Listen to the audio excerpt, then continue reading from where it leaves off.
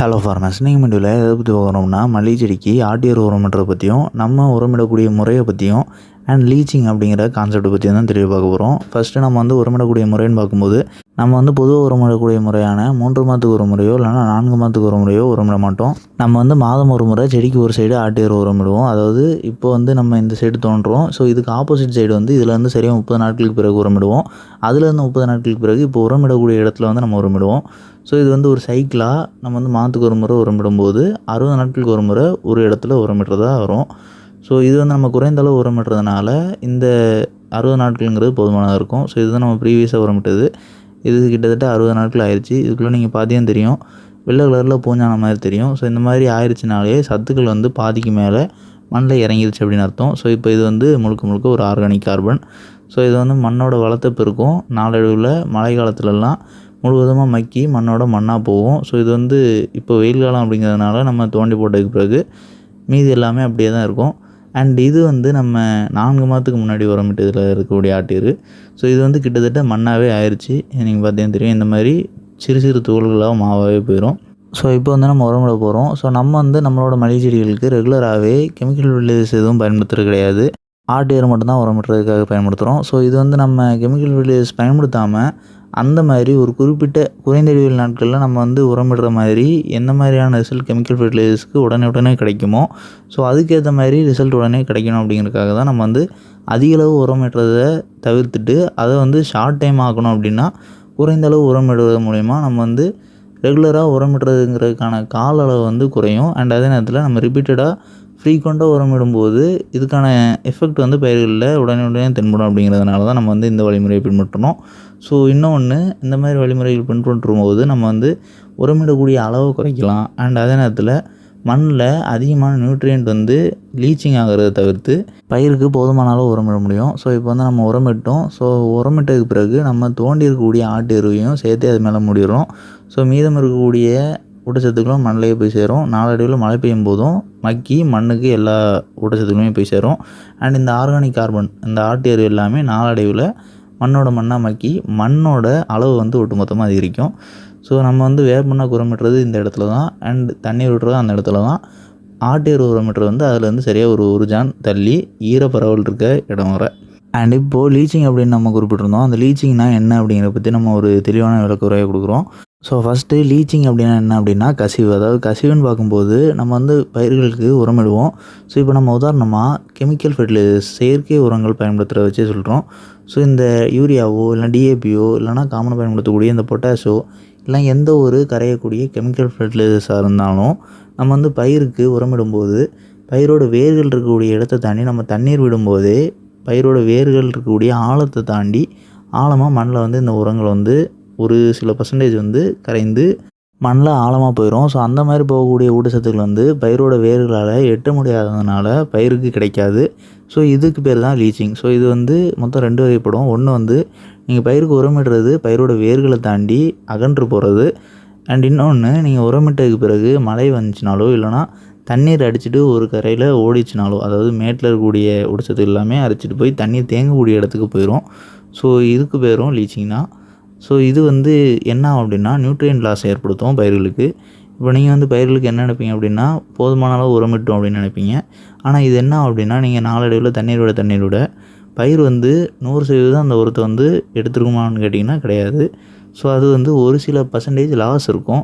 So அந்த loss நீங்கள் விடக்கூடிய தண்ணீரோட அளவை பொறுத்து அண்ட் பயிரோட வேர்கள் இருக்கக்கூடிய அகலத்தையும் ஆழத்தையும் பொறுத்து. ஸோ எந்த அளவுக்கு வேர்கள் இருக்கக்கூடிய இடத்து வர ஊட்டச்சத்துக்கள் போய் சேருதோ அது எல்லாமே பயிருக்கு போய் சேரும். மீதமுள்ள ஊட்டச்சத்துக்கள், அதாவது இப்போது நீங்கள் உரமிடக்கூடிய ஒரு 100 கிராம் ஒரு பயிருக்கு உரமிடுறீங்க அப்படின்னா யூரியாவோ இல்லைனா டிஏபியோ, அந்த 100 கிராமில் பயிரோட வேர் இருக்கக்கூடிய இடத்துல ஒரு 70 கிராம் இல்லை 60 கிராம் ஊட்டச்சத்துக்கள் கரைந்து தங்குது அப்படின்னா அந்த சத்துக்கள் எல்லாமே பயிர் போதுமான அளவுக்கு எடுத்துக்கும். ஸோ மீதமுள்ள ஒரு 30 கிராம் ஊட்டச்சத்துக்கள் மண்ணில் ஆழமாக வேர்கள் இல்லாத இடத்துக்கு போகுதுனாலோ இல்லைனா நான் தண்ணி விடக்கூடிய இடத்துல ஈரம் இருக்கக்கூடிய இடத்துல பயிரோட வேர் இல்லை அப்படின்னாலோ அந்த சத்துக்கள் நியூட்ரியன்ட் லாஸ் அப்படின்னு கருதப்படுது. ஸோ இதுக்கு பேர் தான் லீச்சிங். ஸோ இதே லீச்சிங் நம்ம ஆர்கானிக் ஃபெர்டிலைசர்ஸ், இயற்கை உரங்கள் உரமிடும் போதும் நடக்கும். ஆனால் இந்த கெமிக்கல் ஃபெர்டிலைசர்ஸ் அளவுக்கு நடக்காது. அதாவது அந்த பர்சன்டேஜ் குறையும். காரணம் என்ன அப்படின்னா இதில் இருக்கக்கூடிய ஆர்கானிக் மேட்டர் இந்த ஊட்டச்சத்துக்களை தக்க வச்சுருக்கோம். ஸோ நம்ம வந்து ஆட்டு எருவோ இல்லைனா மாட்டு எருவோ உரமிட்டோம்னாலும் சரி, அது வந்து ஃபஸ்ட்டு மண்ணில் வந்து முழுவதுமாக ஈரமாகி நனைந்து மண்ணோட பதத்துக்கு ஏற்றாற் போல் அதோட திக்னஸ் வந்து சாஃப்ட் ஆகணும். ஸோ அப்படி சாஃப்ட் ஆனதுக்கு பிறகு தான் அதோட சாறு வந்து சுலபமாக மண்ணில் இறங்க ஆரம்பிக்கும். ஸோ அந்த சாறு மண்ணில் இறங்க ஆரம்பித்ததுக்கு பிறகு தான் வேர்களுக்கு வந்து ஊட்டச்சத்துக்கள் கிடைக்க ஆரம்பிக்கும். ஸோ இந்த மாதிரி இறங்கக்கூடிய சாரோட சத்துக்கள் தான் மண்ணில் வந்து லீச்சிங் ஆகும். ஆனால் மீதி இருக்கக்கூடிய எல்லா சத்துக்களும் வந்து அந்த ஆர்கானிக் மேட்டரில் தான் பெருமளவு இருக்கும். ஸோ இந்த ஆர்கானிக் மேட்டர் வந்து மழை பெய்யும் போதோ இல்லைனா தண்ணீர் அதிகமாக விடும்போதோ சுலபமாக மண்ணில் இறங்கி லீச்சிங் ஆகாது. ஸோ பெருமளவு ஊட்டச்சத்துக்கள் வந்து இந்த ஆர்கானிக் மேட்டரில் தான் தங்கியிருக்கும். ஸோ இது வந்து நம்ம இன்னும் தெளிவாக சொல்லணும் அப்படின்னா, இப்போ ஆட்டு எரு உரமிடுறோம் அதிக அளவு, அதாவது நம்ம உரமிடுற மாதிரி குறைந்த அளவு இல்லாமல் இயல்பாக பயிர்களுக்கு உரமிடுறது போல் நீங்கள் ஸ்க்ரீனில் பார்க்குற பக்கெட்டில் ஒரு அரை பக்கெட்டோ இல்லைனா ஒரு பக்கெட்டோ நம்ம வந்து உரமிடுறோம் அப்படின்னா, அந்த அளவு உரம் வந்து முழுவதுமாக, அதாவது நம்ம திருப்பி உரமிடக்கூடிய நாட்கள், அந்த ஃபெர்டிலைசேஷன் இன்டர்வல்னு பார்க்கும்போது குறைந்தது 4 மாதத்துலேருந்து அதிகபட்சம் 6 மாதம் வரை எடுத்துக்கலாம் ஆட்டு எருக்கு. ஸோ இதே தான் மாட்டு எருக்கும். ஸோ கோழிப்பு உரம்னு பார்க்கும்போது இதுக்கு வந்து குறைந்த அளவு காலகட்டம் தான் தேவைப்படும். அதாவது அதிகபட்சம் 4 மாதம், குறைந்தபட்சம் 2.5 மாதம் அப்படிங்கிற அளவில் வந்து திருப்பி உரமிட வேண்டியிருக்கும்.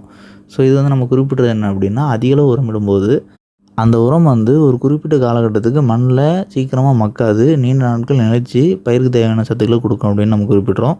ஸோ அதே நேரத்தில் அந்த மாதிரி அதிக அளவு உரமிடும்போது சூடு அதிகமாகும், பயிரோட வேர்கள் சேதமடைகிறதுக்கோ பயிரில் இலைகள் மஞ்சள் அடிக்கிறதுக்கோ வாய்ப்புகள் இருக்குது. ஸோ அந்த மாதிரி பண்ணும்போது நீங்கள் வந்து அதிகமான தண்ணீர் விடணும். ஸோ அப்படின்னா தான் அந்த உரத்துலேருந்து ப்ரொடியூஸ் ஆகக்கூடிய ஹீட்டை வந்து பயிர் தாங்கி அந்த உரம் வந்து சுலபமாக மக்கி பயிருக்கு தேவையான ஊட்டச்சத்துக்களை கொடுக்கும். ஸோ இந்த மாதிரி அதிக அளவு உரமிடும்போது லீச்சிங் அப்படிங்கிறது வந்து கூடுதலாக இருக்கும். மண்ணில் அந்த சாறு கரைஞ்சி வேர் பகுதி இல்லாத இடத்துக்கு போகும்போது அந்த சத்துக்கள் வந்து பயிருக்கு பிரயோஜனப்படாது. அண்ட் மண்ணில் ஆழத்தில் அந்த ஊட்டச்சத்துக்கள் வந்து தங்கும்.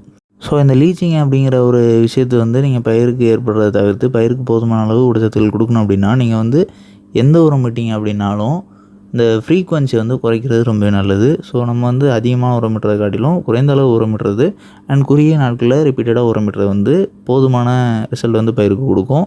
அண்ட் ஆர்கானிக் ஃபெர்டிலைசர்னு பார்க்கும்போது நம்ம பயன்படுத்துகிற மாதிரி குறைந்த அளவு உரமிடும்போது இந்த உரத்தோட தேவை அளவு வந்து குறையும். அண்ட் பயிருக்கு போதுமான அளவு மட்டும் நம்ம வந்து ரிப்பீட்டடாக உரத்தை கொடுத்துட்டு இருக்கும்போது லீச்சிங் ஆகக்கூடிய நியூட்ரியன்ஸோட அளவும் குறையும். அண்ட் இன்னொன்று, இந்த லீச்சிங்கில் வந்து எந்த மாதிரி உரமிடக்கூடியது, அதாவது ஆர்கானிக் ஃபெர்டிலைசராக இல்லைனா கெமிக்கல் ஃபெர்டிலைசராக அதிக அளவு லீச்சிங் ஆகுதுன்னு பார்க்கும்போது கெமிக்கல் ஃபெர்டிலைசர் தான் அதிக அளவு லீச்சிங் ஆகும். ஏன்னா அது எல்லாமே குறுநிய வடிவில் இருக்கக்கூடியது. அண்ட் அது எல்லாமே நம்ம வந்து மண்ணில் எக்ஸ்டர்னலாக வெளியிருந்து அப்ளை பண்ணக்கூடியது. அந்த சாயில் கூட டைரெக்டாக நேச்சுரலாக சேராதது. ஸோ இதன் மூலயமா தான் இந்த கெமிக்கல் ஃபெர்டிலைசர்ஸ் வந்து சுலபமாக லீச்சிங் ஆகுறது. ஸோ நீங்கள் வந்து அதிகமான கெமிக்கல் ஃபெர்டிலைசர்ஸ் பயன்படுத்துகிறீங்க, கெமிக்கல் உரங்கள் இல்லாமல் உங்களால் விவசாயத்துக்கு போதுமான அளவு ஊட்டச்சத்துக்கள் கொடுக்க முடியல அண்ட் பயிரில் போதுமான அளவு மகசூல் எடுக்க முடியல அப்படின்னு நீங்கள் நினைக்கிறீங்க அப்படின்னா, இந்த பிரச்சனையை தவிர்க்கிறதுக்கு ஒரு சொல்யூஷன் இருக்குது. அண்ட் இது வந்து பெரும்பாலான விவசாயிகள் பயன்படுத்தக்கூடிய முறை தான். அதாவது எந்த ஒரு மரவகை பயிர்களுக்கோ இல்லைனா நீண்ட நாட்கள் நிலைத்திருக்கக்கூடிய இந்த மாதிரி மல்லிகை போன்ற செடி வகை பயிர்களுக்கோ நீங்கள் வந்து இயற்கை உரம் அதிக அளவு உரமிட்டு, நம்ம உரமிட்டுறது போல் குறைந்த அளவு இல்லாமல் அதிக அளவு உரமிட்டுட்டு அதில் வந்து பயிரோட வேர்கள் அதிக அளவு படர்ந்ததுக்கு பிறகு அது வந்து ஒரு ஸ்பாஞ்ச் லைக் ஸ்ட்ரக்சர் ஆயிரும். அதாவது பொதுவாக ஒரு ஸ்பாஞ்ச் வந்து இமேஜின் பண்ணிக்கிங்க. அதில் வந்து நம்ம தண்ணீர் முக்கணும் அப்படின்னா அந்த ஸ்பாஞ்ச் வந்து தண்ணீரை அப்சர்வ் பண்ணி வச்சுக்கும். ஸோ இதே கான்செப்ட் தான், அதிகமான வேர்கள் அதிகமான இயற்கை உரத்தில் பயிரோட வேர் வந்து படர்ந்துருக்கக்கூடிய சூழலில் இதில் வந்து நீங்கள் கெமிக்கல் ஃபெர்டிலைசர்ஸ் போடும்போது இந்த ஈரத்தை, அந்த நியூட்ரியன்ட் எல்லாமே கரைஞ்சி தண்ணீராகி அந்த ஸ்பாஞ்ச் லைக் இயற்கை உரத்தில் வந்து போய் சேரும்போது சுலபமாக லீச்சிங் ஆகிறத வந்து தவிர்க்க முடியும். ஸோ அப்படி ஆச்சுனாலும் ஆழமாக போய் தான் ஒரு சில சதவீதம் லீச்சிங் ஆகுமே தவிர சுலபமாக எல்லா நியூட்ரியன்ட்டுமே கரைஞ்சி மண்ணில் ஆழமாக போகிறதுக்கான வாய்ப்புகள் குறைவு. அண்ட் இந்த வீடியோ டவுட் இருந்துச்சுன்னா கமெண்ட் பண்ணுங்கள். அண்ட் நம்மளோட அக்ரிகல்ச்சர் சேனலில் நீங்கள் புதிய வீடியோ பார்க்கக்கூடிய விவசாயிகள் இருக்கீங்க அப்படின்னா நம்மளோட சேனலை மறக்காமல் சப்ஸ்கிரைப் பண்ணிக்கங்க.